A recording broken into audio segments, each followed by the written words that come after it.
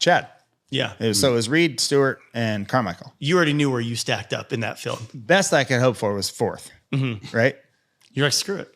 And I go, if I'm hole shotting, I'm gonna do a knack on the first lap because I ain't gonna win the race. So I'm gonna go for Everybody remembered it. Well, and I finished 4th. So for me, it felt like a win. I hadn't raced in 2 years. I'm like, all right, cool. Those 3 won. I got 4th. They went 1, 2, 3. I got 4, and I got the whole shot award. That's gonna be so the we're all feeling. together on the podium. Yeah. And then the next week, the exact same thing happened, but I was riding a 450. So I whole shot the main. Those 3 guys won. I don't know which order. I think RC probably won, or maybe Reed.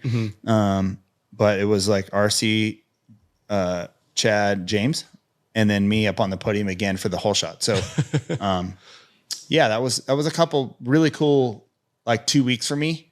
And then after that, I go, okay, now I can retire. Because when I retired from Supercross, it really wasn't it wasn't on my own. It wasn't how I had always imagined it. That was my next question. Yeah. Like, how'd you deal with your retirement? You know? I think I dealt with retirement. I've dealt with retirement, no problem. Like you didn't care about being in the limelight. I had a blast. I miss riding on the floors of the stadium under the lights. It's a cool feeling. Miss that. It's nothing better.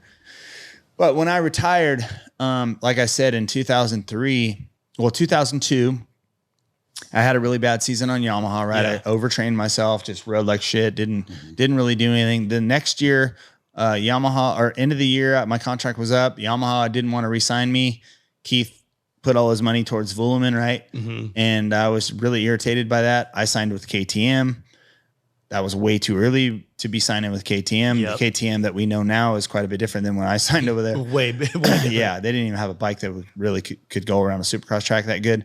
Anyway, in 2003, they said they were going to make an all-new Supercross bike, 2-stroke 250. Because at that time, their bikes didn't have a rear linkage. No. They were just trail bike, off-road bike, right? So it was an ambitious move for KTM to sign someone like me. But did you get paid a lot of money for that? I got paid a lot of money. Yeah. And I still had Bud Light. Yeah, so I took Bud Light. not a bad deal. So it wasn't that bad. But, you know, everyone, you know, as a winning athlete, you always imagine your career to be ending in a certain way. You know, and they're not always these storybook endings, right? Endings that you would imagine. And so 2002, I had a bad year. 2003, I signed with KTM. Raced a few races in Europe. I'm like, I can't race this bike. I have to retire. So what the fortunate part about that for me is I was at the right age that I could retire. It's been good. I'm like, all right, I'm not going to hurt myself. It's been a great career. I'm cool. Let's just do some parade laps for KTM, and then we'll just be done with this thing. But there was always that thing in the back of my mind, like, you know, I could still ride good. You know, even though I didn't ride good for a year and a half. Yeah, you know, you're still I knew I was screwed up, right? My body was screwed up, and I just wasn't how I.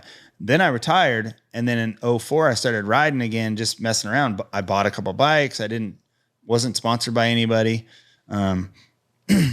Started riding and started feeling really good because there's no pressure, no nothing. I'm like, Just fun. Man, this feels Brings good. you back. Yeah, exactly. And then I was riding really good. And then that's when Kehoe's like, all right, we want to sign you up to help do some testing, you know, or whatever.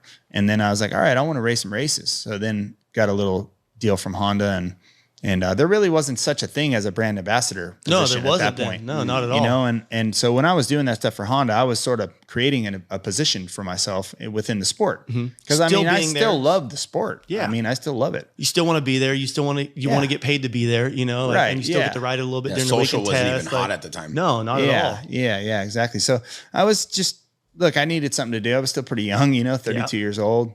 But then the test track, I was riding really good. Same as the rest of the guys. Like Fonseca was a factory rider. Yeah, I'm and smoking these dudes. yeah, I'm like, I'm going to race some races.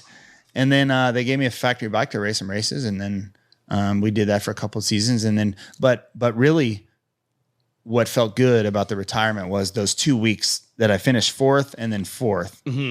And then it was to those top 3 guys. And they were the new group of guys that were winning races. And I was like, all right, cool. I'm content. I'm content now. Yeah.